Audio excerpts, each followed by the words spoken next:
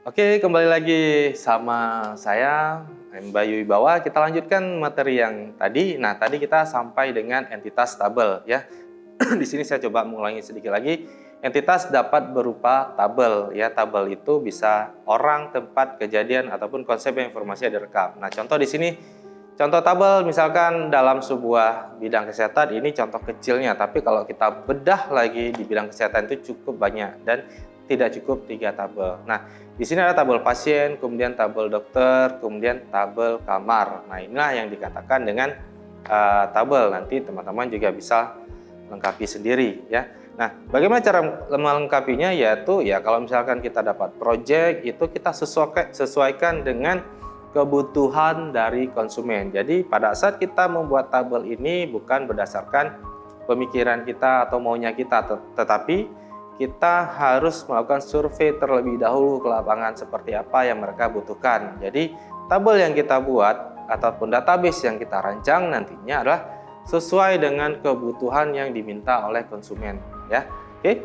Selanjutnya, nah kalau tadi itu penjelasan secara keseluruhan, ada yang namanya atribut ataupun field column. Nah, di sini kalau kita lihat di dalam tabel pasien yang disebut dengan atribut ataupun field ataupun kolom, jadi banyak ya istilahnya, bisa kita harus paham. Terkadang pada saat orang menjelaskan ini field, itu atribut, ini kolom. Jadi kita ketiganya ini sama ya.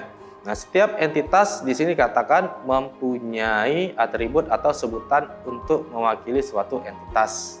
Nah, contohnya seorang pasien dapat dilihat dari atributnya, misalkan ID pasien, nama pasien, dan seterusnya. Nah, jadi atribut dalam sebuah tabel pasien ini yaitu menjelaskan siapa sih sebenarnya tabel pasien tersebut. Nah, ada apa aja dalam tabel pasien. Nah, oke. Nah, di sini ada ID pasien, nama pasien. Nah, disebut dengan atribut. Kita bisa tambahkan misalkan ada alamat, nomor telepon, dan sebagainya. Itu disebut dengan atribut yang ada di dalam tabel pasien ya. Jadi paham ya? Jadi di sini atribut yaitu isi dari dalam tabel pasien tersebut. Selanjutnya, nah kemudian kalau kita perhatikan di sini dalam tabel pasien, selain ada atribut, ada yang namanya record ataupun baris. Jadi kalian bisa lihat atau teman-teman bisa lihat di sini yang dicentang warna hijau itu disebut dengan record ataupun baris. Nah, di sini di dalam ID pasien, nama pasien, dan seterusnya, contohnya ID pasien P001, nama pasien Andi, itu merupakan rekod baris ya. Baris pertama lengkap. Nah, itu dia dari P sampai dengan dari ID pasien sampai dengan seterusnya.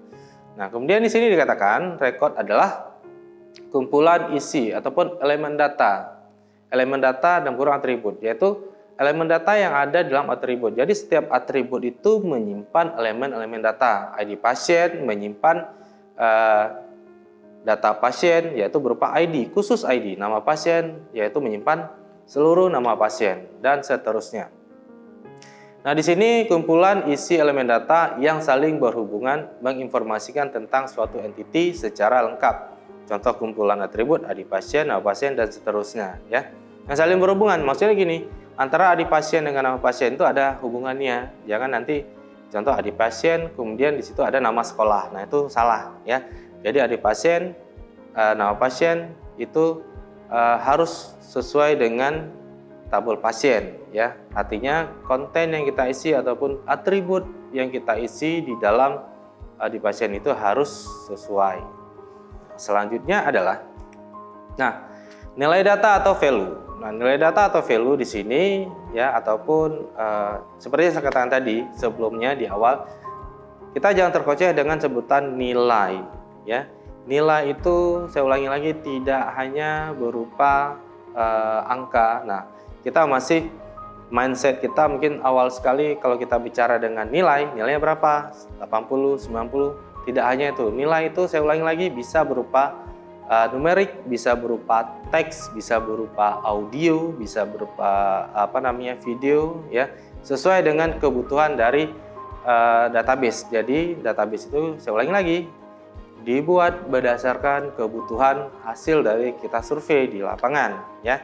Jadi untuk membuat sebuah database itu kalau untuk belajar oke, kita bisa buat secara berdasarkan pemikiran kita. Tapi kalau misalkan ada project yang memang harus kita buat, kita harus datang ke sana, kita harus melakukan wawancara, interview, kita harus collecting datanya, contoh-contoh datanya. Dari data tersebutlah kita dapat merancang database seperti apa, ya. Hasil rancangan kemudian kita komunikasikan lagi dengan calon konsumennya seperti ini, dan kita menjelaskan ya apa-apa aja supaya konsumen juga tahu hal apa-apa aja ataupun nilai apa aja yang dapat disimpan ke dalam database, ya. Supaya apa? Supaya tidak 2 kali kerja. Oke. Nah, nilai data merupakan data aktual atau informasi yang disimpan di setiap data elemen. Isi atribut disebut nilai data, ya. Isi atribut disebut dengan nilai data. Oke. Contohnya kalau tadi record kan itu per baris. Nah, kalau di sini kita lihat tabel pasien itu seluruhnya disebut dengan nilai data. Artinya semua data yang terdapat dalam tabel pasien disebut dengan nilai data. Nah, mungkin kira-kira sejauh ini sangat mudah untuk kita pahami dalam kita merancang sebuah tabel. Intinya adalah untuk kita membuat sebuah database itu kita harus banyak latihan. Kita nggak perlu harus coba membuat database yang langsung besar. Kita bisa dengan memulai hal-hal yang kecil. Ya, contohnya misalkan dari benda yang saya pegang ini juga bisa jadi sebuah database yang sederhana. Contohnya misalkan ini pointer.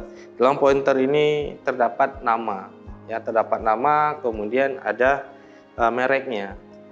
Benda ini bisa kita buat menjadi sebuah database, ya, yaitu tabel pointer. Dari tabel pointer ini bisa menjadi beberapa tabel, ya.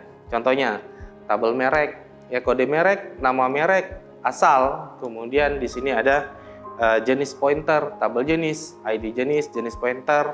Nah, kemudian baru tabel pointernya, ya.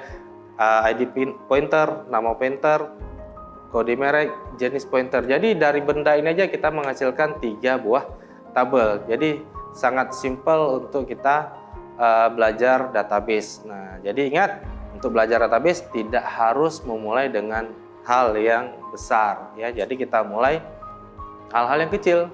Kita bisa lihat dari sekitar kita. Kita coba belajar menganalisa, bisa nggak kita buat hal tersebut menjadi sebuah database. Tapi tetap setelah kita buat, usahakan kalau kita sebagai mahasiswa nantinya, ataupun kalian yang sudah jadi mahasiswa, hasil dari analisa kalian, cobalah kalian konsultasikan dengan dosen kalian. Ya, Pak, ini benar nggak seperti ini? Kan gitu ya. Nah, jadi nanti ada pembelajaran ataupun saran yang diberikan oleh dosen. Dan kalian jangan ragu untuk memulai hal tersebut. Saya dulu belajarnya juga seperti itu, ya. Oke. Nah, selanjutnya tadi dalam slide yang sebelumnya di awal sekali saya sudah menjelaskan tentang field kunci, ya, ataupun key field, ataupun disebut dengan primary key. Jadi banyak istilah yang dapat kita ketahui dalam perancangan database ini. Nah, field kunci di sini dikatakan sederhananya adalah tanda pengenal yang secara unik mengidentifikasikan entitas dari suatu kumpulan. Ya, contohnya di sini kenapa saya ngambil satu buah tabel aja, yaitu tabel pasien, supaya mudah dimengerti. Karena kalau saya ganti-ganti tabel nantinya dari tabel pasien, tabel dokter, takutnya tidak terpecah konsentrasinya. Nah, di sini contoh entitas pasien yang mempunyai atribut-atribut ID pasien, nama pasien, dan seterusnya. Nah, di sini di tabel pasien, field kunci yang kita gunakan adalah ID pasien. Kita punya alasan kenapa kok ID pasien, kenapa enggak nama pasien ataupun alamat ataupun nomor HP. Nah, itu semua yang saya sebutkan tadi, ID pasien, nama pasien, alamat, nomor HP itu merupakan kandidat key. Kandidat key bisa juga kita jadikan sebagai primary key, ya. Nah, sebelum saya jelaskan lebih lanjut tentang field kunci, kita rehat dulu sejenak, kita lihat dulu intermezzo yang satu ini.